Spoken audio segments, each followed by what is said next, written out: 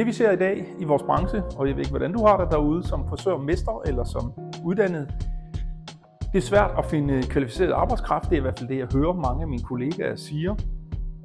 Der er blevet uddannet for alt for få frisører over de sidste 10 år, så det må vi jo som frisørmester kigge os selv i spejlet og sige, at der også der har uddannet for få mennesker, så vi i dag står og mangler frisører.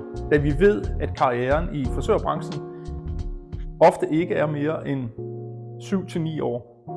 Så vi skal sørge for at uddanne nogle elever, så vi har et højt niveau, og vi får nogle 4-årige uddannede, som virkelig kan trække fra og lave den her høje kvalitet og service, som vi jo efterlyser, som vi rigtig gerne vil have i vores fag.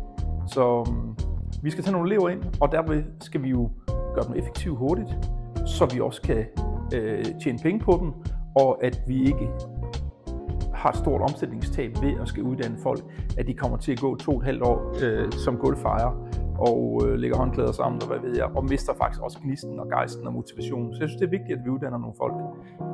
Vi laver de her optimeringskurser af elever. Vi kører, i dag har vi reduceret det til 2 gange 3 dage.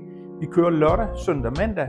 Næste kursus bliver i januar, så skulle du gerne vide lidt mere om det her, så gå ind på vores hckurser.dk eller herconstruction.com eller .dk. Så kan du se vores kursusprogram derinde og se, hvad vi udbyder af specialkurser til elever.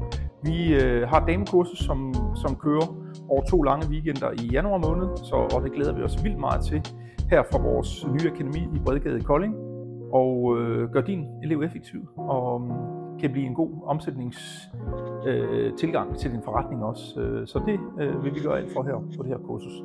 Så vi flytter dem stort set 2 år alle sammen i deres udvikling.